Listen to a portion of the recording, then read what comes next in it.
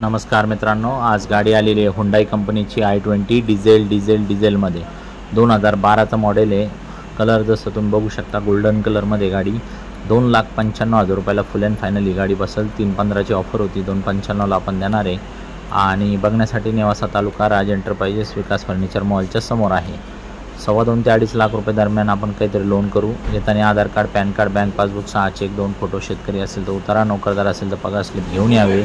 आणि बाकी गाडीचे फोटो वगैरे सगळे मी टेलिग्रामच्या ग्रुपमध्ये टाकलेले आहे।